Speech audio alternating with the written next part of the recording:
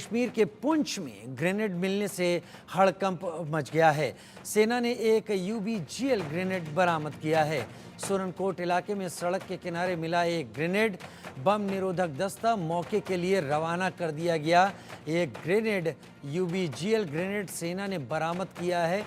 खासा नुकसान पहुंचाने की ताकत रखता था ये ग्रेनेड, जो कि सुरनकोट इलाके में बरामद किया गया। आपको बता दें, सुरनकोट का इलाका वही है जहां 2003 में ऑपरेशन सर्प विनाश शुरू किया गया था। इसके हिलकाका इलाके में और आसपास के इलाकों में करीब 50 से 60 आतंकवादियों को ढेर किया गया था उस दौरान। तो ये इलाका एक बार फिर सुरक्षा एजेंसियों की निगाह में है और सुरनकोट के आसपास मुस्तैदी बढ़ती जा रही है। लेकिन इस तरीके के ग्रेनेड का यहाँ मिलना इशारा देता है कि ऐसे और भी ग्रेनेड आसपास इन आतंकवादियों ने छिपाए हों या रखे हों। अजय जांड्याल मेरे साथ ज़्यादा जानकारी के साथ जुड़ रहे हैं। अजय, 2003 का सर्प विनाश याद आता है जब सुरनकोट के ही हिलकाका इलाके में आतंकवादियों को ढेर किया गया था। आज उसी सुरनकोट से यूबीजीएल की बरामदगी होती है। ये कितना बड़ा खतरा है?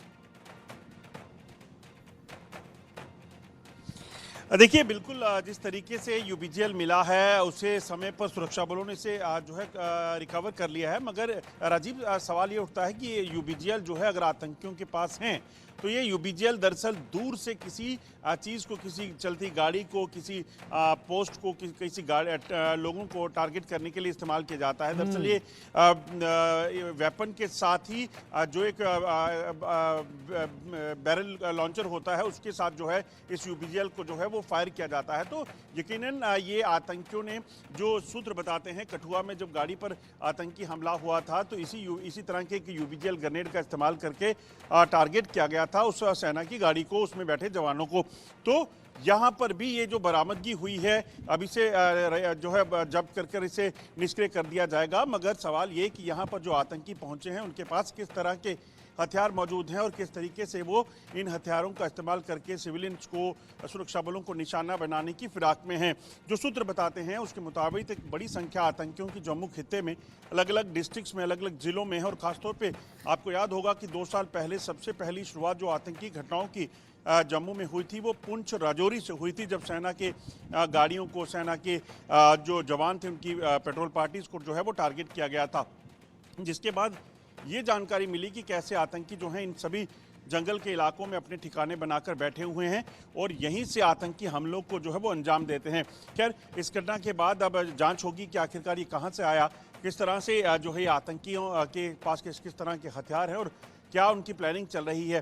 सबसे बड़ी बात कि ओवरग्राउंड वर्कर के नेटवर्क को उखाड़ फेंकने के लिए सुरक्षा बलों को बड़े कदम उठाने होंगे, क्योंकि वो लोग जो बिना हथियार के आम लोगों के बीच में रहते हैं वो काफ़ी ज़्यादा खतरनाक होते हैं। हथियारबंद आतंकी अगर सामने आएगा तो उसके खिलाफ सुरक्षा बल कार्रवाई कर सकते हैं, मगर कोई वो ब्लैक शिप्स जो आम लोगों में बैठकर इन आतंकी गतिविधियों में शामिल हैं, आतंकियों का साथ दे रहे हैं, वो ज़्यादा खतरनाक हैं। उनको आइडेंटिफाई करने के लिए इस वक्त पुलिस ने एक बड़ा मुहिम जो है वो चला रखी है। अजय, आप हमारे साथ बने रहिए क्योंकि इस तरह की कई जानकारियां सामने आ रही हैं। लिहाजा एक और बड़ी खबर का रुख कर लेते हैं, उस पर भी आपका विश्लेषण जनता तक, अपने दर्शकों तक पहुंचाएंगे। जम्मू कश्मीर के ऊधमपुर में आतंकवादियों से मुठभेड़ की भी बात सामने आ रही है। सुरक्षा बलों ने 4 से 5 आतंकवादियों को घेरा हुआ है। सेना जंगल में छिपे आतंकवादियों की घेराबंदी कर चुकी है।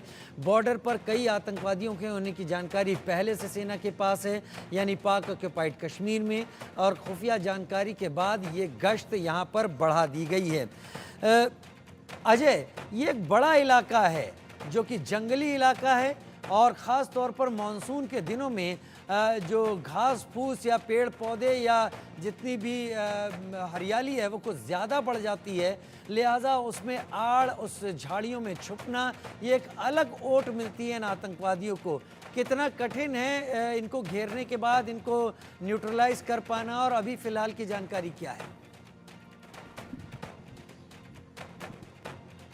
देखिए बिल्कुल आपने सही कहा। आप सोचें कि लगातार जो बसंतगढ़ में ऑपरेशन चल रहा है, इस ऑपरेशन में आतंकी जो हैं एक जंगल के इलाके में छुपे हुए हैं। उस जंगल के इलाके में छुपकर ये आतंकी जो हैं कई आतंकी घटनाओं को अंजाम देने की फिराक में हैं। पहले 28 अप्रैल को यहीं पर इन्होंने वीडीजी मेंबर्स के साथ मुठभेड़ हुई थी, जिसमें एक वीडीजी मेंबर जो विलेज डिफेंस गार्ड हैं उनकी जो है एक शहादत हुई थी।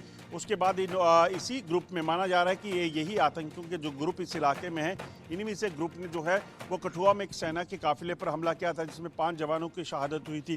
तो ये अलग अलग इलाके हैं। बसंतगढ़ का इलाका कठुआ में पड़ता है, उधमपुर में पड़ता है, वहीं उसके साथ का इलाका जो है वो कठुआ में है, जहां आतंकी सक्रिय हैं। इसी तरह से डोडा में हमने देखा कि अलग अलग इलाकों में 4 से 5 आतंकियों के जो ग्रुप हैं वो सक्रिय हैं, जिनके साथ कई बार जो है आतंकियों के साथ मुठभेड़ जो है सुरक्षा बलों की हो चुकी है।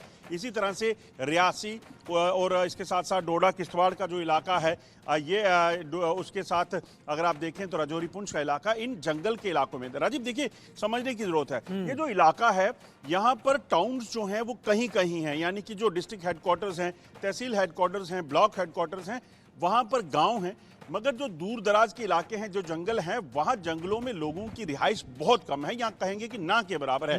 उन जंगल के इलाकों पे इन आतंकियों ने जो है छुपने का अपना ठिकाना बनाया है। वहाँ बहुत बड़े बड़े खंडर या बिहड़ हैं, जिनके भीतर जो है गुफाओं के अंदर वो रहते हैं। और ये आज नहीं, 90 के दशक में भी जब आतंकवाद शुरू हुआ और जम्मू में जब ऑपरेशन सर्वविनाश चलाया गया था, उस वक्त भी ये आतंकी इसी तरह से जंगलों में, पहाड़ियों के भीतर जो है वो रहकर अपने दिन गुजारते थे। मगर उस वक्त भी जो टेरर नेटवर्क है, जो ओवरग्राउंड वर्कर का नेटवर्क है, उसकी सहायता से ये आतंकी सर्वाइव करते थे और उन्हीं की सहायता से इन आतंकियों ने लंबे समय तक जो है वहाँ पर पनाह बनाए रखी और जब भी वो उन्हें मौका मिलता था वो आतंकी हमले करते थे। आज भी उसी तरह की एक प्रक्रिया जो है वो चलाने की ज़रूरत है। अगर ऑपरेशन सर्वविनाश 2 चलाना पड़ेगा इन आतंकियों के सफाई के लिए। हालांकि तैयारी आतंकियों से ज़्यादा खतरनाक वो लोग हैं जिनके पास कोई हथियार नहीं है, क्योंकि वो सामने वाला अगर सुरक्षा बलों का कोई जवान जो है सिविलियन पर फायर करता है तो उसको पता है कि ये अपना नागरिक हो सकता है, इसको मारना नहीं है, इसको नुकसान नहीं होना चाहिए। मगर वो नागरिक है या फिर आतंकियों का सहायक, उसे पहचानने में समय लगता है। वही दिक्कत है। सुरक्षा बल उन सभी चुनौतियों से पार पाते हुए इन ऑपरेशंस को चला रहे हैं ताकि आतंकियों तक पहुंचा जा सके और उनका सफाया हो सके। आतंकियों तक पहुंचा जा सके, सफाया हो सके। बहुत कठिन काम है, लेकिन इसको पल पल एकदम कदम धीरे धीरे बढ़ाकर और संभल कर अंजाम दिए जाने की कोशिश है। बहुत शुक्रिया अजय, जो कुछ भी हालात हैं उसकी विस्तार से जानकारी हमारे साथ साझा